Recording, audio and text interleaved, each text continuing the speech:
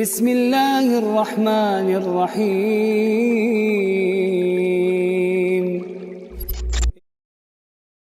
Iya, satu judul pembahasan yang mungkin agak sepele, tetapi beberapa fakta menunjukkan bahwa masalah-masalah sepele, masalah-masalah kecil itu bisa menjadi penyebab terjadinya pertengkaran dalam rumah tangga, terjadinya konflik dalam rumah tangga. Bahkan dari persoalan-persoalan sepele, persoalan-persoalan kecil, itu bisa menjadi badai di dalam rumah tangga kita. Kita berlindung pada Allah Subhanahu wa Ta'ala. Nah, masalah sepele yang bisa menjadi pemicu terjadinya pertengkaran di dalam rumah tangga adalah rumah yang berantakan. Ya, rumah yang berantakan. Mari kita lihat slide-nya. Coba kita lihat slide pertama. Kita akan melihat gambar. Ya, ini ada gambar. Ya, dua gambar kita lihat. Ya, ini kayak kapal pecah. Jadi memang keluarga itu diibaratkan dengan kapal. Pembicaraan kita pada episode yang lalu, badai dalam rumah tangga. Ya, memang keluarga ini identik dengan kapal. Nah, salah satu di antara fenomena kapal itu bisa jadi begini, kapal pecah. Ya, artinya apa? Rumah yang berantakan. Bukan rumah tangganya dalam artian keluarga ya, tapi ini memang rumahnya. Ya, terutama interiornya. Yang lebih parah lagi kalau sampai eksterior ya. Eksterior daripada rumah itu berantakan. Nah, ini betul-betul kayak kapal pecah. Ya. Ini ada kamar ini ya, kayak kamar anak-anak kita kadang-kadang seperti ini. Ya. Pakaian berantakan sana sini. Ya, macam-macam mainan ya. Ini kita bisa bahas dari berbagai sisi ini sebenarnya ya. Demikian juga kita lihat kamar tamu. Ya, ini mungkin selesai digunakan untuk bekerja oleh suami atau mungkin anak kita. Ya, terjadilah fenomena seperti ini. Nah, saya coba tanya kepada Ustadz Indra ini. Kira-kira kalau ada yang begini, siapa yang disalahkan? Ya, siapa yang disalahkan ini kalau seperti ini rumah? Penghuni rumahnya, Ustaz. Ya, artinya lebih spesifik, biasanya siapa yang disalahkan oleh pihak suami? Oh, istri. Pasti istri. Ya, sebab istri ini adalah penanggung jawab domestik. Jadi ibarat menteri dalam negeri. Ya. Jadi umumnya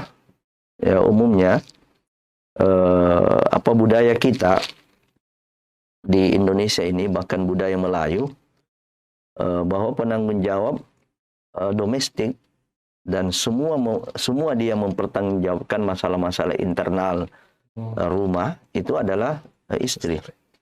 Ya. Namun benarkah yang seperti itu menurut ajaran Islam?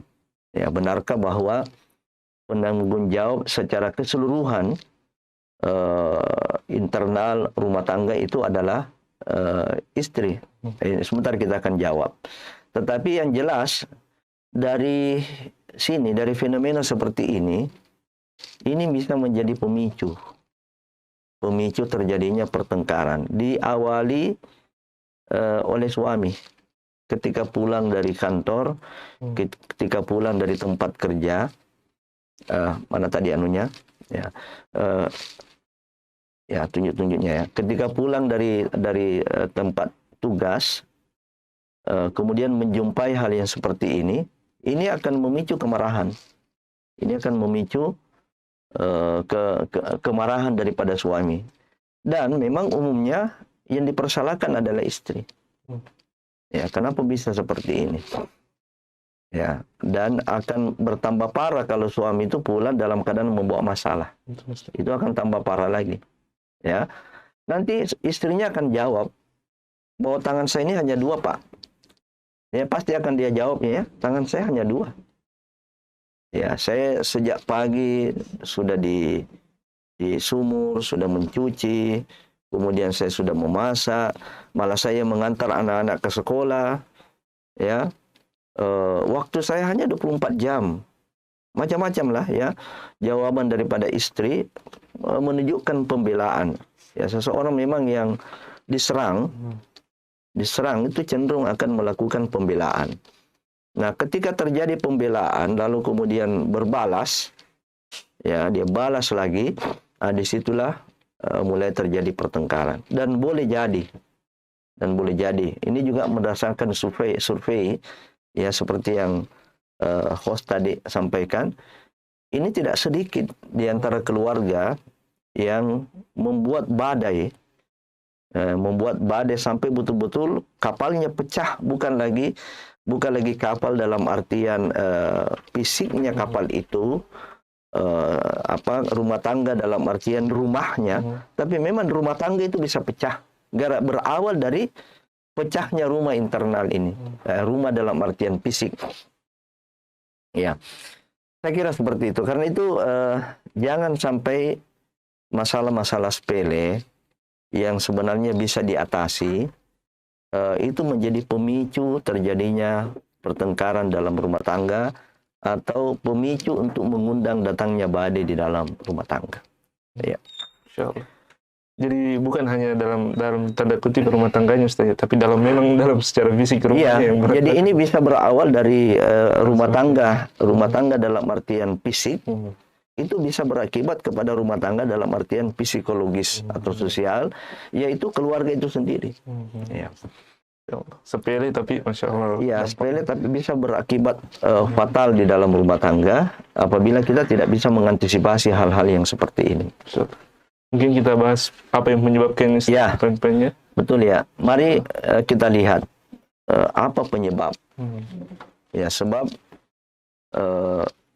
mengambil solusi dari setiap masalah yang terjadi atau mengantisipasi hal-hal yang bisa terjadi, kita harus mengetahui lebih dahulu sebabnya. Dan sebab inilah yang harus kita hindari, ya.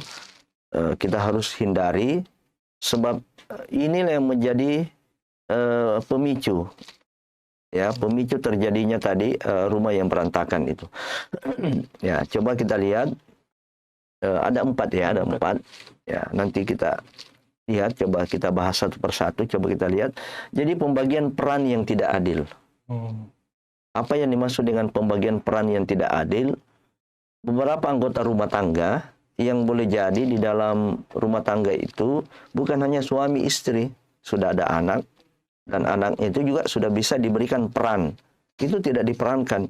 Jadi semua bertumpuk pada ibu. Terus. Ya, semua bertumpuk pada ibu. Boleh jadi mungkin ada pembantu, tetapi pembantu ini tidak diberikan peran yang maksimal. Atau suami yang sebenarnya ada waktunya, ya, ada waktunya untuk membantu peran daripada istri, tapi dia tidak lakukan. Nah, ini yang kita maksud pembagian peran yang tidak adil. Nanti kita akan jelaskan lebih jauh, ya, bagaimana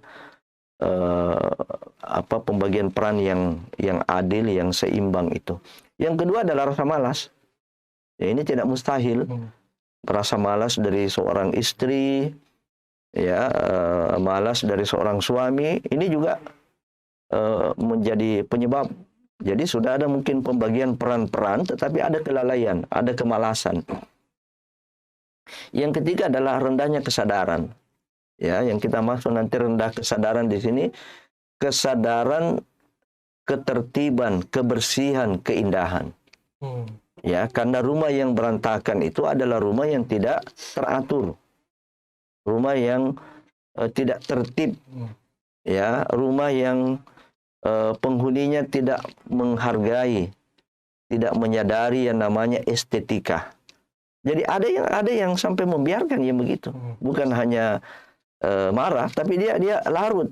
Dia menikmati itu ketidakteraturan itu. Ada istri dia nikmati itu. Ya, suami juga dia diamkan. Ya. Pernahkah Anda melihat di kamar mandi? Ya, di kamar mandi sekaligus ya, kamar mandi kan biasa double ya dengan toilet ya. Pernah Anda melihat di kamar mandi tumpukan pampers anak-anak yang bertumpuk. Kemudian sikat gigi odol yang terhambur-hambur. Ya, sudah bercampur dengan sabun. Kadang-kadang di situ ada sendok. Ya, saya tidak tahu itu sampai apa fungsinya sendok itu di situ. Kadang-kadang ada sendok. Kalau gelas, ya orang ini bilang canteng, itu masih di akal.